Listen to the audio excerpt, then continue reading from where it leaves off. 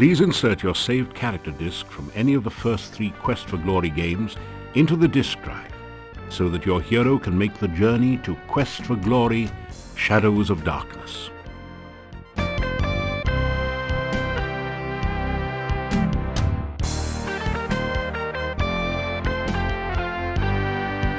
Your character has been successfully imported.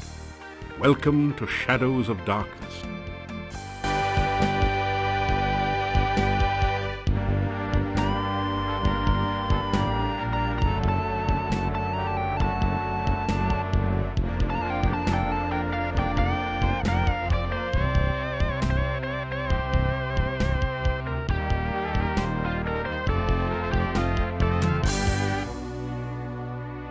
You awaken from nightmares of flying and falling. You find yourself in this strange place, the only illumination, an eerie green glow. You've lost your weapons and the contents of your backpack somewhere during the journey. All you have are the clothes and armor on your back. This leaves you with 4 burning questions. Where are you? How did you get here? Who brought you here? And how in blazes can you get out of here? No, make that 5 burning questions. What city did your luggage end up in this time?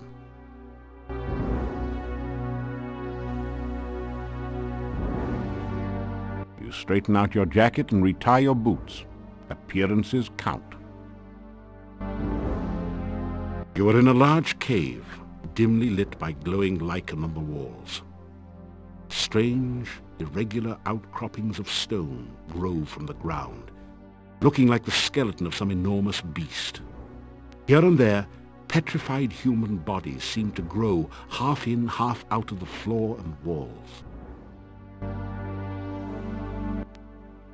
The desiccated corpse is half buried in the rock of the cave floor.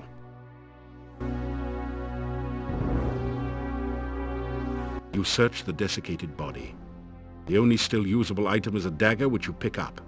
However, lying around the bones are some coins, 5 golden coins. Each have a crown stamped onto them, and 13 small copper coins, each stamped 1 kopeck.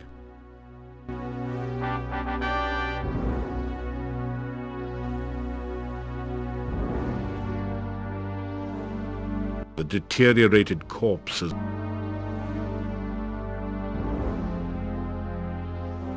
A brief search reveals a piece of hard grey rock, which you take, and some coins, 3 crowns.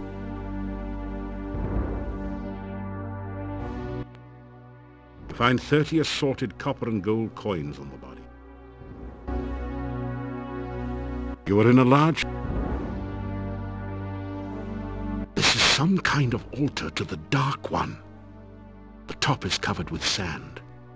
Torch holders flank the altar to provide light for nameless rites and unspeakable rituals. It looks like a torch, but there doesn't appear to be any pitch or other flammable material on it.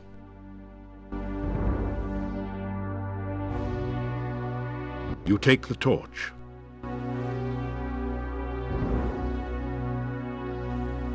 You light and extinguish this torch in the usual way, but it's obviously magical, since it never seems to burn down. You strike a spark with a flint and dagger to light the torch.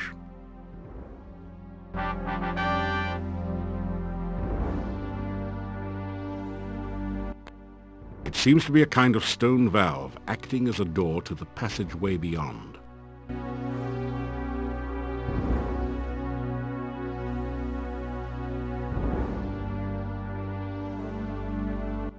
You force the sphincter open with your dagger and pass through. You've made it into a large chamber. Stone valves, like the one you just passed through, apparently block 3 other passageways. There is a huge stone altar in the center of the room, and an exit to the south.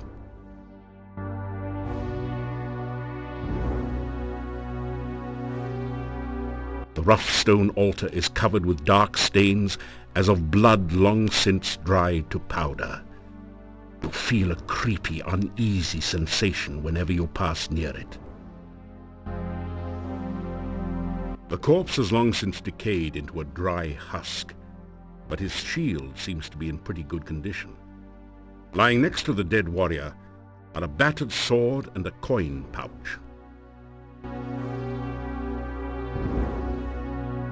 You gratefully retrieve the shield and battered sword from the dead warrior. You hope that they will serve you better than they did their last owner.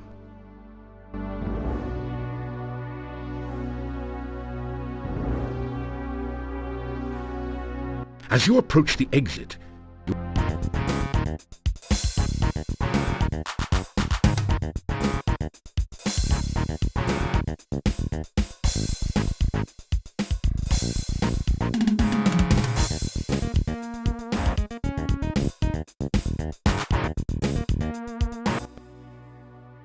in a bitter battle you were better than the badders.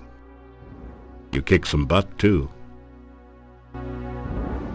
The dead bodies of the badders are flea-bitten and very smelly. The badder wasn't carrying any valuables. Besides, its body is really gross. Something deadly lies in wait nearby. A heavy rope bridge spans the deep chasm. A deep pit fills most of this hallway. The rope bridge spans the narrowest stretch of the chasm. You cautiously test the rope before crossing. It feels as though it's firmly anchored on both ends of the chasm.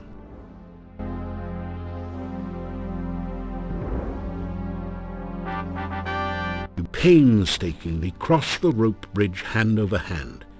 It's a good thing you've been keeping up with your weight training.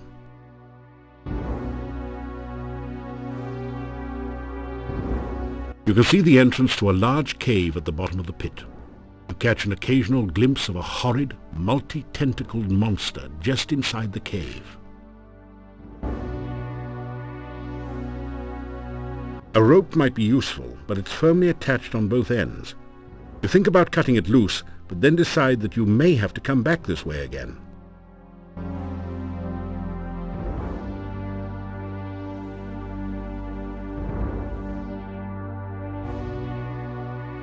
You slip through the mouth of the cave, just in time to avoid being crushed by its closing jaws. As the cave mouth closes behind you, you feel a strange warning tingle. There is danger here, although its source is not immediately clear.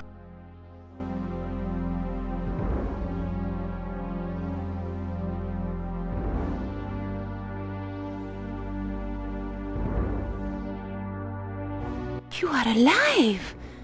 Only one person has ever walked away from there before. Who are you? How did you get here?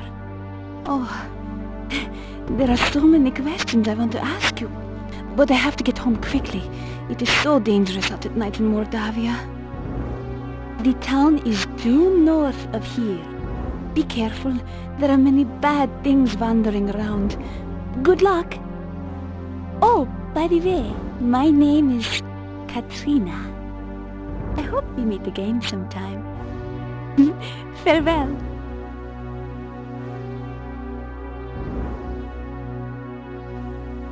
You are outside the mouth of the mysterious cave.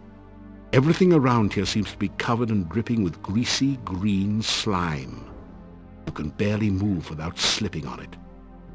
An archway above the path is marked with 8 arcane symbols. The cave mouth looks like the jaws of some horrid creature, waiting to chew up and swallow anyone who should be so foolish as to try to enter the cave. This symbol looks like a 6-armed starfish, or perhaps like the tentacles of an octopus. You sense a feeling of strange, chaotic power from it. The 6-pointed symbol seems to pulse with energy and comes loose in your hand when you touch it. You have the feeling that you may need this sign, so you carefully store it in your pack.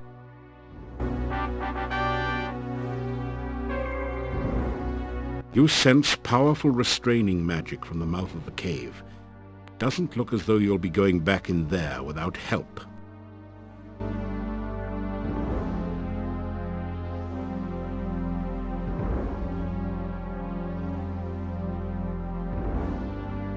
This is the symbol of blood in the form of a huge carved droplet. This symbol is a stylized representation of a crossed pair of bones.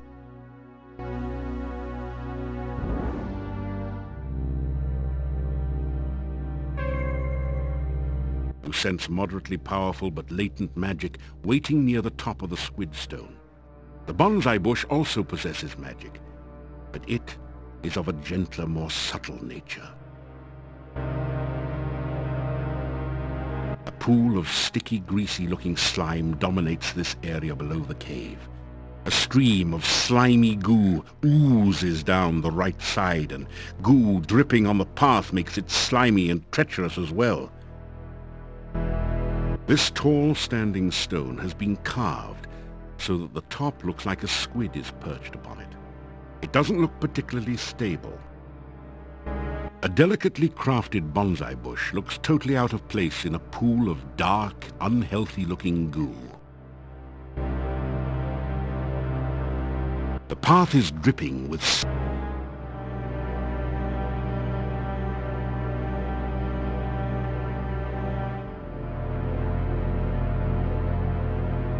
Your danger sense tingles.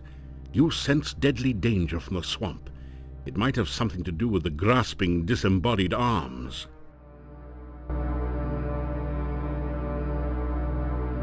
You see a floating, coruscating ball of light.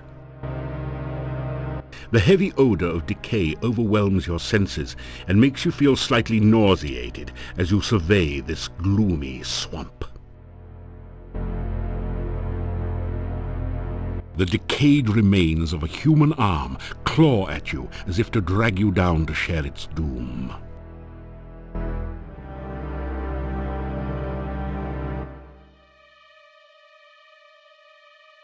You are in the southwestern corner of the forest. Dank mists rise from a dismal swamp to the south and west. The path to the dark cave lies to the southeast.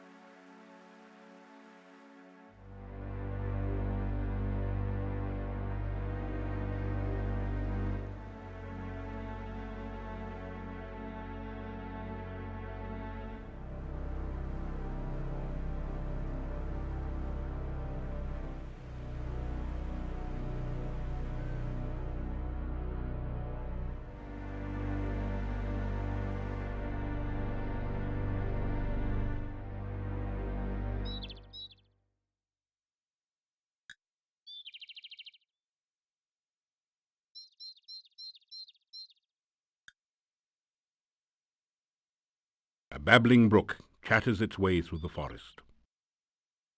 You are on an old road. The way to the west is badly overgrown, while the route north and south has seen considerably more traffic. You can see cultivated fields and the walls of a town to the north. Wildflowers bloom with the autumn weather. You pick a few of the flowers. You pick a few of the flowers.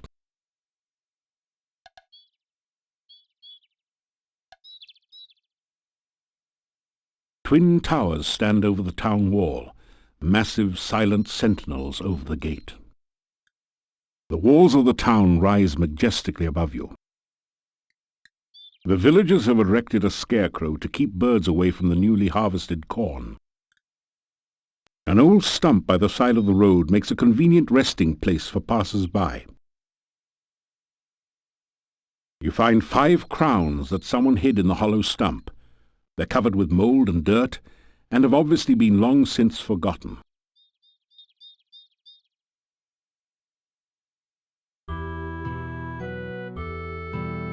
To the north you can see the buildings of the town. It looks a little like Spielberg, yet also very different in some undefinable way. The curved staff has a very organic look to it. Its curves seem somehow feminine. You can feel a sense of magical power radiating all around it. The huge boulder raises a solitary wooden staff high above the clearing. Beautiful, out-of-season flowers grow all around the stone monument. Green grass surrounds the monument, heedless of the many feet which trample it daily. You sense magic radiating from the staff and protecting this area.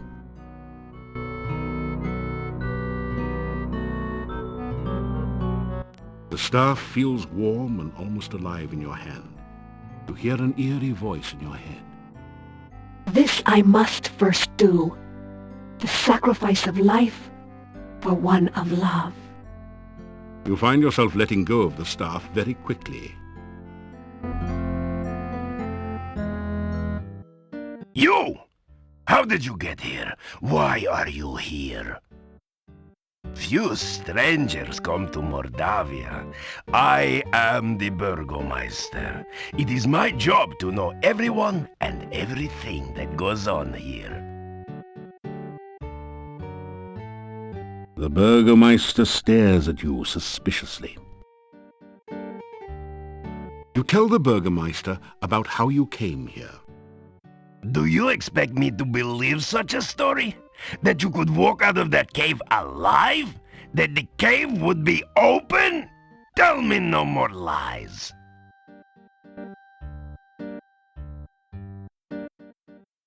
My name is Dmitri Ivanov. I am the Burgomeister of this town. Mordavia is a valley surrounded by mountains. There used to be a road which led from here, but heavy rains have created a swamp at the base of the mountain south of here. No wagons can get you in or out, nor can any person, except perhaps you. This is the town of Mordavia. There is an inn and a shop down the street where you can spend the night or get some supplies and be on your way. The sooner you leave, the better for all.